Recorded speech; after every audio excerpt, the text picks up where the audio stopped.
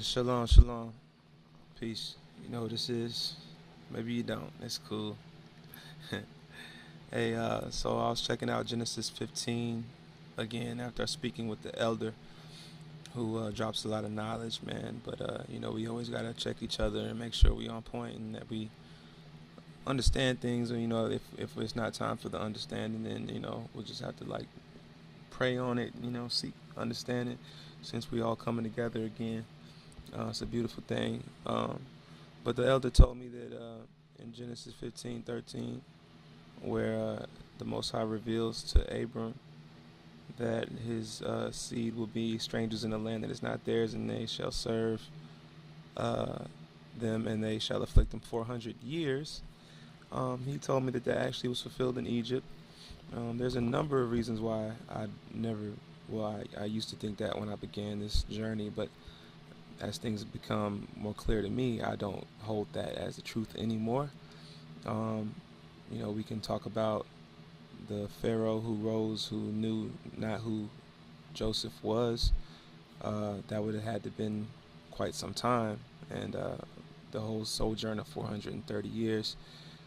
If you're saying they'd be gone for 400 years, or they'd be afflicted for 400 years, they'd have to start at 30 years, and from what it looks like with Jacob living there in Egypt for 17 years himself, that leaves you with 13 years, and it doesn't seem like enough time to forget who Joseph was.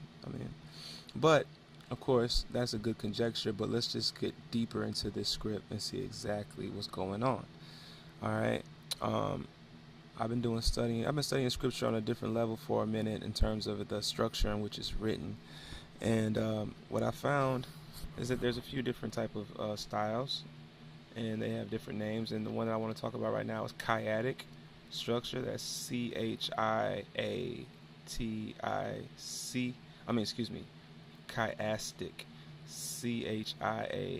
Chiastic. That's when you basically have one theme at the beginning that matches a theme at the end. That's why I got this highlighted. Verse 12.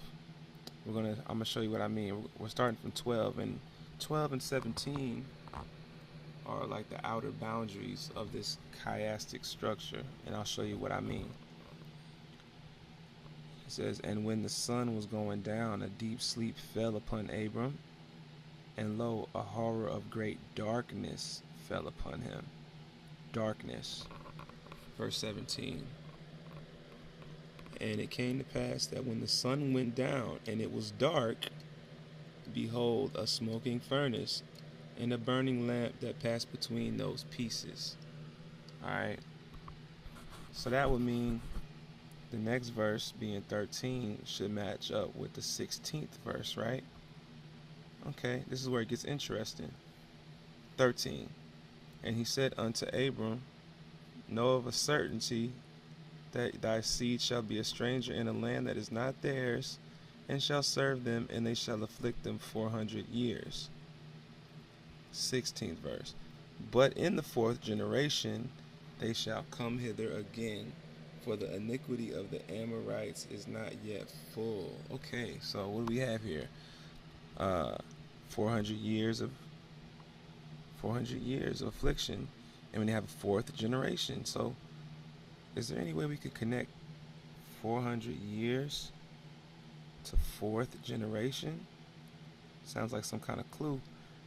Well, we know at the age of 100, Abraham had Isaac. He was 100 years old when he had Isaac.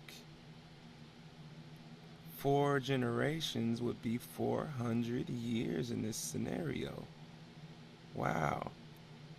So all this is really saying is that after the 400 years are up, they'll come back to the land. That's all it's saying. The same 400 years here in 13 is the same one in 16 under the guise of being 4 generations. Wow. And then 14 and 15 must go together. "Also that nation whom they shall serve will I judge, and afterward shall they come out with great substance. And thou shalt go to thy fathers in peace, and thou shalt be buried in good old age. Now, that's a very interesting way to wrap up both scenarios. One is wrapping up the life of Abraham,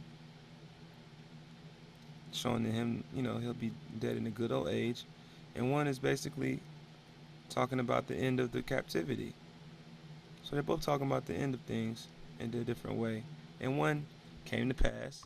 Of course, Abraham was buried in a good old age. You can see that in Genesis, I believe, 49. Let's flip there, because as Jacob was about to die, he recounted this. He said, and he charged them and said unto them, I am to be gathered unto my people. Bury me with my fathers in the cave. My fathers, in the cave that is in the field of Ephron the Hittite, in the cave that is in the field of Machpelah, which is before Mamre in the land of Canaan, which Abraham bought with the field of Ephron the Hittite for a possession of a burying place. There's that repetition again. And there they buried Abraham and Sarah his wife. There they buried Isaac and Rebekah his wife. And there I buried Leah. So that came true, and the parallel verse here is just telling you that this is also going to come true. That's the beauty of Scripture and how it's written. So this is definitely talking about 4 generations transpiring now, with every generation being 100 years, because that's how the seed got set up, with the 100-year generation. Praise Yah.